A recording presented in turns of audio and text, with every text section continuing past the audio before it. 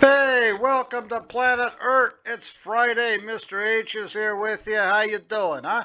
Hope you had a fantastic week, and I really hope that the week coming up will be even greater. So take the weekend off and get ready for your next adventure.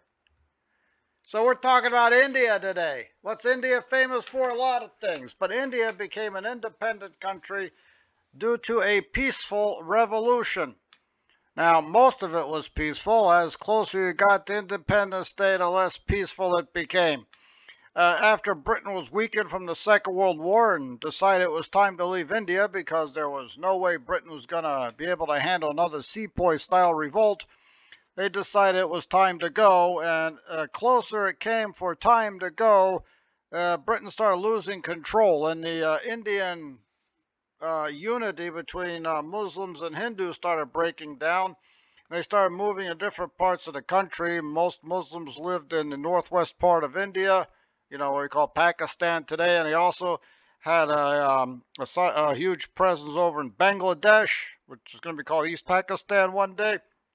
Everything in between Hindus and Sikhs, and people were moving. It got violent. British authorities had no control, and when they left, Indian and Pakistani authorities had no control. So it got pretty nasty.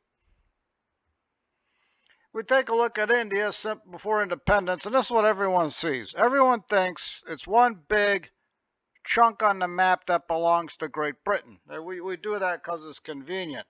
This is what it really looks like.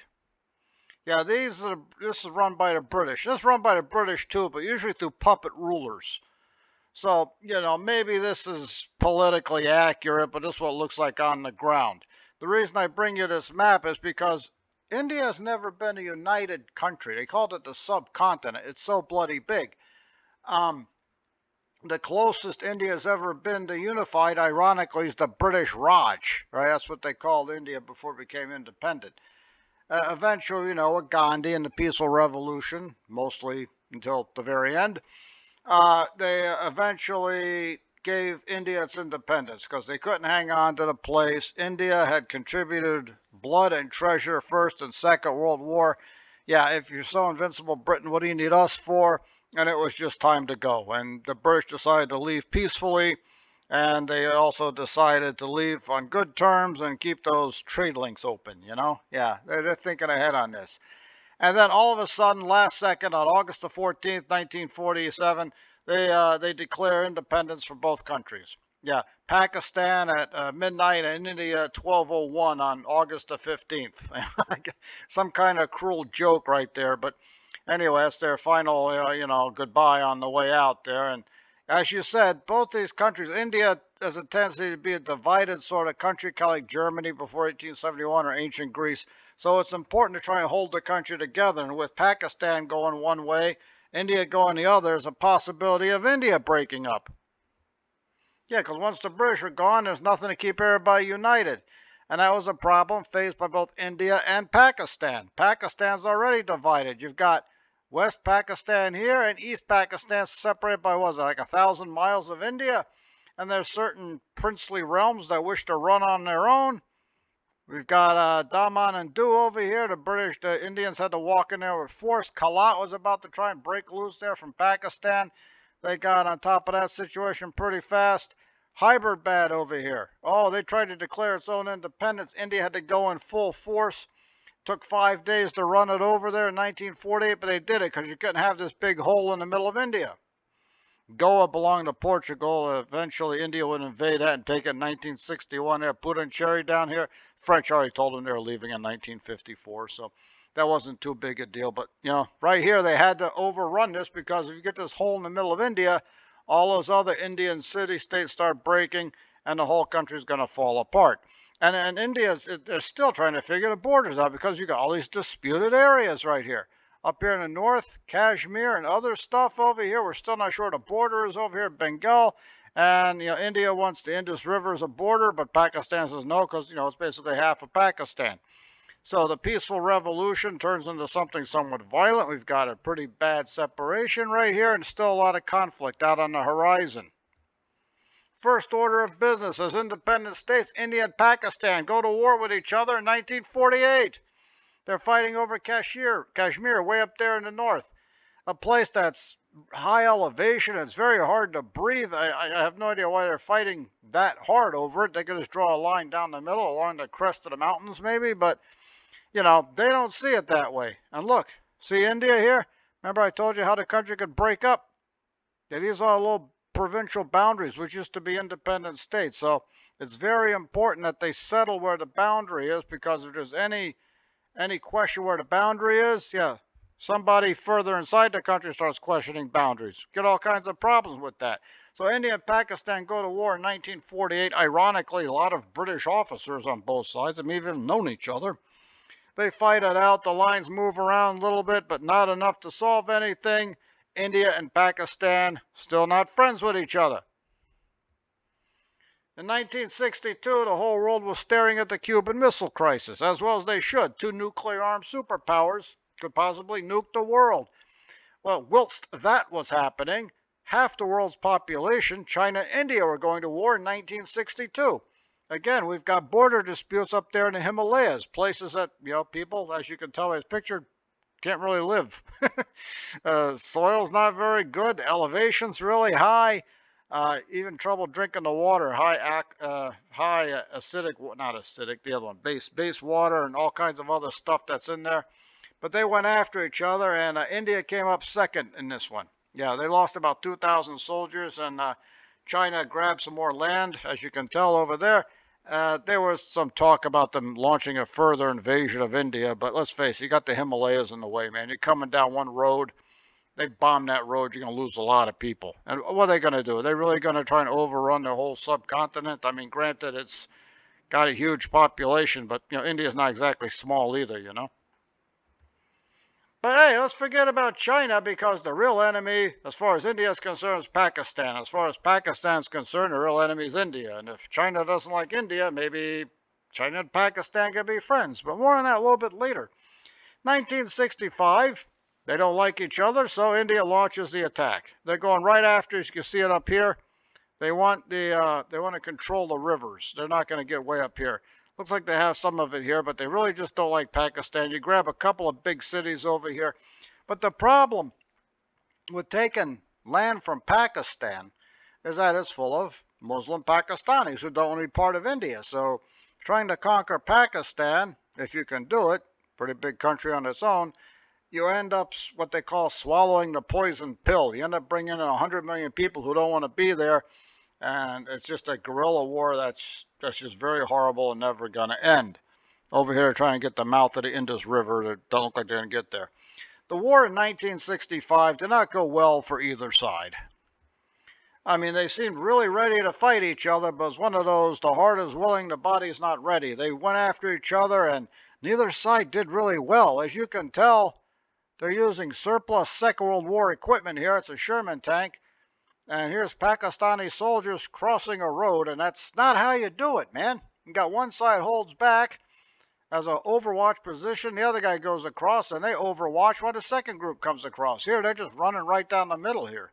So anybody who's looking on this road is going to shoot right down the road at them. And by the way, you don't cross where it's straight if you can avoid it. You cross where it's curved. Maybe they couldn't find a curve somewhere. I don't know. But, yeah, they just don't think they know what they're doing, and hey, man, you should really stand up, or is he tripping? I don't know. It's hard to tell with these guys. Anyway, 1965, it's basically a draw. A lot of people get killed. The lines don't move. Not even sure why it happened. But 1971, India's been thinking about it. In 1971, round 3, India gets the upper hand. They launch attacks all across the western frontier. And they liberate what's called Dhaka. Now, Pakistan and the people who lived over in East Pakistan didn't get along very well. Bengalis, Pakistanis. There were charges of attempted genocide of the Bengalis at the hands of the Pakistanis. Some of bad things did happen, some didn't. At the end of the day, India overruns this because there's no way Pakistan can defend this. They create their own state there called Bangladesh. So Muslim Bangladesh is an ally of Hindu India. So that's kind of strange. See these U.S. bases in Pakistan. They're trying to create the Middle East Treaty Organization, like a NATO kind of thing. That didn't work out so well, and the United States was backing Pakistan. India wins the war, and India doesn't really sign alliances. They're the non-aligned movement country. So they don't get too close to U.S. and Great Britain, colonial overlords, plus that incident where they refused to serve the Indian ambassador in a diner in Houston because it was too dark. Remember the segregation stupidity they had back then? And then at the same time, you don't get too close to Moscow because, the Soviet tendency of turning allies into vassals. So it wasn't like India joined the Warsaw Pact. They bought a lot of equipment from the Soviet Union, said thank you, paid for it, and left. But, still it provides an opening. And of course, Pakistan, after fighting India, enemy of my enemy is my friend, so maybe they're friends with China. So the Americans kind of, we kind of backed the wrong side on this one, and Pakistan's only friends with the Chinese. Well, it leads to a nuclear arms race in South Asia. In 1974, an operation called Smiling Buddha, India detonates its own nuclear weapon. They did it on their own, no help from anybody, which obviously Pakistan starts working on their own. In 1987, they finally become a nuclear power as well. So we got a nuclear arms race in South Asia between two countries that not really fitting into this East-West paradigm. They kind of operate on their own. So it's a little scary. There's no actual control here. Fortunately, they haven't nuked each other. They got along pretty well. Everything was going fine between India and Pakistan. I guess the nukes had something to do with it. But in 1999, they have a conflict over this small piece of ground, again up in the far north where you can't even breathe in the mountains, called the Kargil conflict. Some people like to say war. India and Pakistan insist it's called a conflict and not a war because, different connotations. Call it what you will, nearly 1,000 people died over a piece of ground the size of my hand, but it's important to them. And they also led to more Pakistani aid from China, so they kept a pretty good idea what's going on. Now, when they fought each other in 1999, both sides' nuclear arsenals went on full alert. Fortunately, they didn't use it, but that just sort of illustrates the danger of having two nuclear powers fight each other. They get the new toys, they're thinking about using it. Well, since then, India and Pakistan have been, kind of quiet and somewhat civil to each other. And now the big threat is China. India and China have never gotten along. The United States has a second Cold War going on with China. So we have a new security dialogue, not an alliance, between the United States, Japan, Australia, and India. They call it the Quad, right? Four points. As you know, India doesn't join alliances. But India is more than happy to help you kick India is more than happy to help you kick China where it hurts. Now, I don't know if this could really work. There's some serious distances here. United States has to pre-position equipment. Australia, kind of far off. Japan's right there. Maybe they're starting to remilitarize, which scares everybody. And India's way on the other side. So could this actually work? It's hard to say. But China's big weakness, of course, it depends everything for imports. So India's got the Nicobar Islands over here, and you close down the Strait of Malacca over here, and maybe you bring China to its knees. If we know that, the Chinese know that too. So stay tuned on this one. India and Pakistan trying to be friends with each other, have this weird ceremony on the border every year called the Beat Retreat Ceremony, old British thing. Looks like Ministry of Funny Walks over here, interesting costumes. And don't forget, both sides have nuclear weapons. That's terrifying, isn't it? People dress like that with nukes. Well, I guess it could be worse. They haven't actually used them. Hey, if they ever do go nuclear and the entire world turns to a major holocaust, check out Mr. H's book, Heaven Steel, on lulu.com. You read it, enjoy it. Or if you don't, trade it for donuts or sheets. Trade it for a sub at Wawa. It's epic fantasy with battles, perfect for bloodthirsty goofballs like us who don't really want to fight in a real war. Plus, clinically proven to not cause nightmares. Probably. Hey, speaking of nightmares, let's talk about Dimorphodon. Yeah, my favorite flying reptile. You want to learn some Greek? Right here, very easy. Di, two, morph, change, don. Two form tooth. Okay, got a little interpretation issue here. But our friend Dimorphodon, here with this old school photo, flew around in the Jurassic period and has been found kind of all over the world. I don't know what's up with these hooks over here. Swoop down and grab things, I suppose. But it's also not a very big animal, right? About 5 feet across. It was discovered by a friend, old Boney, Sir Richard Owen. Said it was one of his favorite fossil finds because it didn't take much to put it together. Yes, even Sir Richard Owen has a time limit. He wants to put stuff together, put on exhibitions. Got bills to pay, man. Even 19th century Britain. And they don't send you, eviction notices. They just throw you out. So naturally the question, what did this thing look like? Everyone is pretty pretty sure they got the basic form down. It's some of the other stuff they're not sure about, like coloration. This is kind of an old school thing with the red brownish kind of look to it. Other people say it's a bit more colorful, mainly because all the fossils we found at Dimorphodon appear to have been in areas that had forests. I kept this picture because I think it's really cool, but this one kind of looks like a parrot. Now, if it's brightly colored, if it lives in the forest somewhere, even a jungle, it would make sense. Maybe to be a little more colorful like a parrot. We've got the old scales and feathers debate. With Dimorphodon, if you take a close look, people swear they can see small hairs, kind of like a bat maybe. So that's something to keep in mind.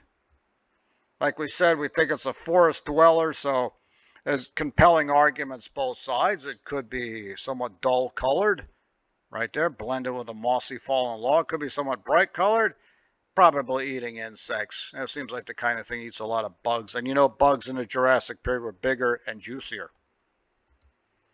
This is just a cool picture, man. I like that. It's pretty nice.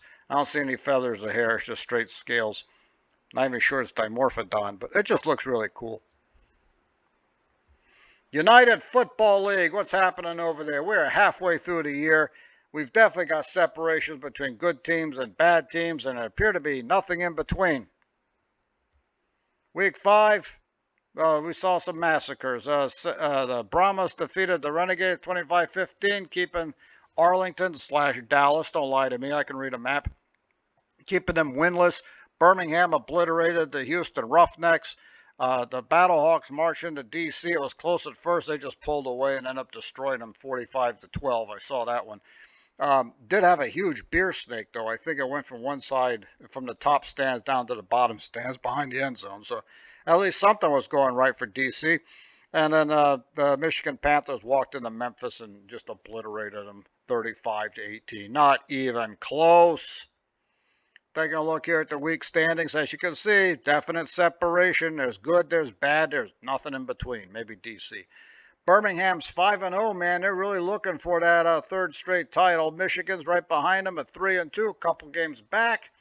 Only 5 weeks left. They got to move it, but it looks like they got a playoff spot there. Nothing's ever, written in Precambrian stone, but Memphis and Houston, man, at 1-4, it is not looking good for those two. Over in the XFL conference, a little bit tighter. We got St. Louis and San Antonio both battling each other at 4-1. DC Defenders, man, 2-3. You're starting to slip back there, but you still got a chance. Unlike Arlington, who's 0-5, defending champion Arlington. Yeah, and it's just kind of ironic. Birmingham won the USFL title, and Arlington won the XFL title. The first game was a clash between champions. Birmingham still looking like champions. Arlington just kind of looking up the standings at 0-5. Week 6, what we got going on? Birmingham trying to keep that undefeated record intact, going up against Memphis. Smart money says Birmingham, but Memphis might be desperate. Houston goes to St. Louis. I'm pretty sure St. Louis is going to mop the floor with Houston, especially when they play at the Dome over there. Arlington trying desperately for win number 1. They're headed into Michigan against the Panthers. This looks like an interesting game. I think I'm going to go with the Panthers on this one. But Arlington, when they get desperate 0-5, they got nothing to lose. San Antonio heads over to Audi Field to play the DC Defenders.